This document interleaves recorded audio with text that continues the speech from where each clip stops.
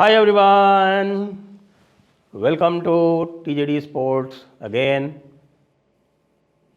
भारत कल मैच हार गया और मैच हारने के बाद में हमने जो लिबरल्स की जमात की जो बकवास देखी वो देखने वाली थी। उससे ये पता चलता है कि यदि देखा जाए तो इन लोगों को इतना अधिक इन्फीरियरिटी कॉम्प्लेक्स है। They are so beset with inferiority complex and self loathing. अपने आप से इनको जो है ना शर्म आती है इन लोगों को, और इसीलिए कल कैसी कैसी बातें कर रहे थे। मैंने तो देखा कई सारे जो हैं वो लिबरल किस तरह की बातें कर रहे थे। कुछ कह रहे थे कि साहब ये अहमदाबाद की जो पब्लिक है ये तो बिल्कुल स्पोर्टिंग नहीं है, इसने जो है वो ट्रेविस हेड की सेंचुरीज पे तालियां नहीं बजाई और इसने जो है वो भारत को सपोर्ट नहीं किया, पता नहीं क्या क्या। और कुछ बोल रहे थे कि साहब कि ये जो है ये चूँकि यहाँ देखिए ये मोदी जो है वो पनौती है, वो यहाँ आ गया और इसकी वजह से हम हार गए। अरे मूर्खों, अगर तुमको स्पोर्ट्स का एस नहीं आता तो तुम लोगों को बातें इस प्रकार की नहीं करनी चाहिए। स्पोर्ट्स का मतलब क्या होता है? Sports is not warfare by other means. ये भाई भारत जो है, भारत की टीम एक मैच हारी है, ये भारत देश को युद्ध नहीं हार गया है। और ये खेला ही जाता है स्पोर्ट्स इसलिए, बल्कि स्कूल में या आपके एजुकेशन यानी आपकी शिक्षा के एक अभिन्न अंग के रूप में खेलकूद आपको सिखाया इसीलिए जाता है कि आप अपने जीवन में हार और जीत दोनों के साथ में कैसे डील करना है। कि जब आप जीते तो आपको पागल नहीं हो जाना है, और जब आप हारे तो आपको आत्महत्या की बात नहीं सोचनी है। इसको कैसे डील करते हैं, how to deal with them in an even fashion, समत्व सिखाता है आपको स्पोर्ट्स। इसीलिए मैं कहता हूं कि जब मोदी जी का जो ट्वीट आया है ना, मोदी जी का जो ट्वीट आया है वो एक बिल्कुल आदर्श खेल भावना का परिचायक है। आप देखें ये मोदी जी का ट्वीट, और इसमें ये साफ कह रहे हैं कि भाई कोई बात नहीं, आप हार गए but you are outstanding sportsman. आप जो हैं वो हमारे देश के सबके सब सुपरस्टार हैं, सारे के सारे हीरो हैं। 10 मैच खेलने के बाद एक मैच हार गए, बस ये था कि भाई वो एक मैच फाइनल था। होता है। ऑस्ट्रेलिया ने 9 मैच ही जीते, लेकिन जो वो 2 मैच हारे वो शुरू में हारे।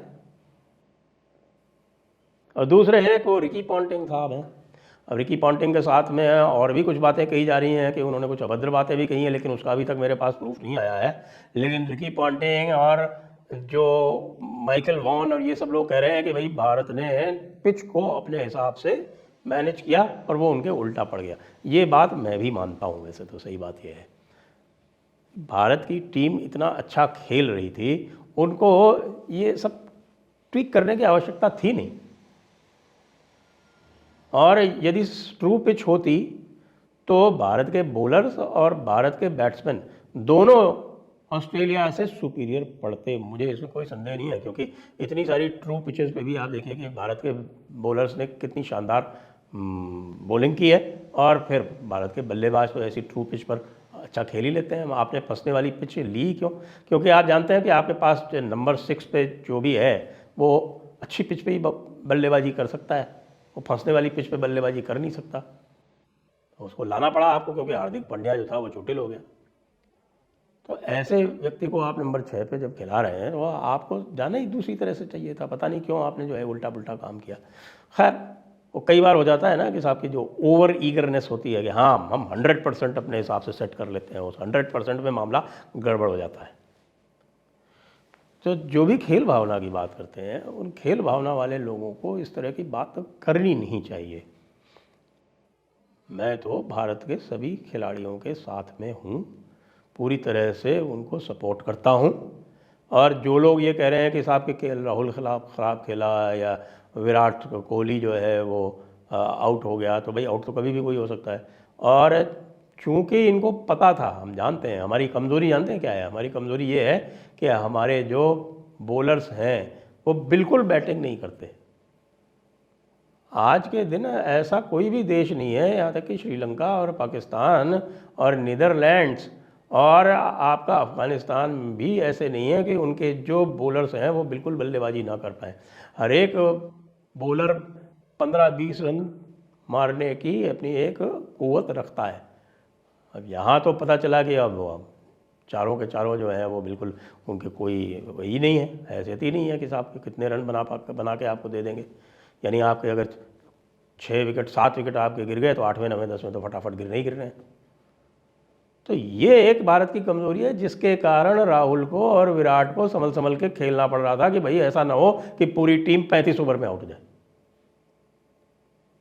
तो ये जो कमज़ोरी है वो सामने इसीलिए आई कि टर्निंग पॉइंट सब कह रहे हैं कि साहब कि रोहित का आउट होना था। नहीं, टर्निंग पॉइंट वो नहीं था, क्योंकि वो तो रोल रोहित को दिया गया था ना। टर्निंग पॉइंट रोहित का आउट होना नहीं था, टर्निंग पॉइंट था श्रेयस अय्यर का आउट होना। श्रेयस अय्यर यदि आउट नहीं हुआ होता तो जो भी आपने देखा है ना वो सब इसमें कुछ भी नहीं होता। क्योंकि श्रेयस अय्यर इस स्पिन का बहुत ज़बरदस्त खिलाड़ी है। श्रेयस अय्यर जो है वो बहुत लंबे लंबे, आपको पता है, छक्के मारता है।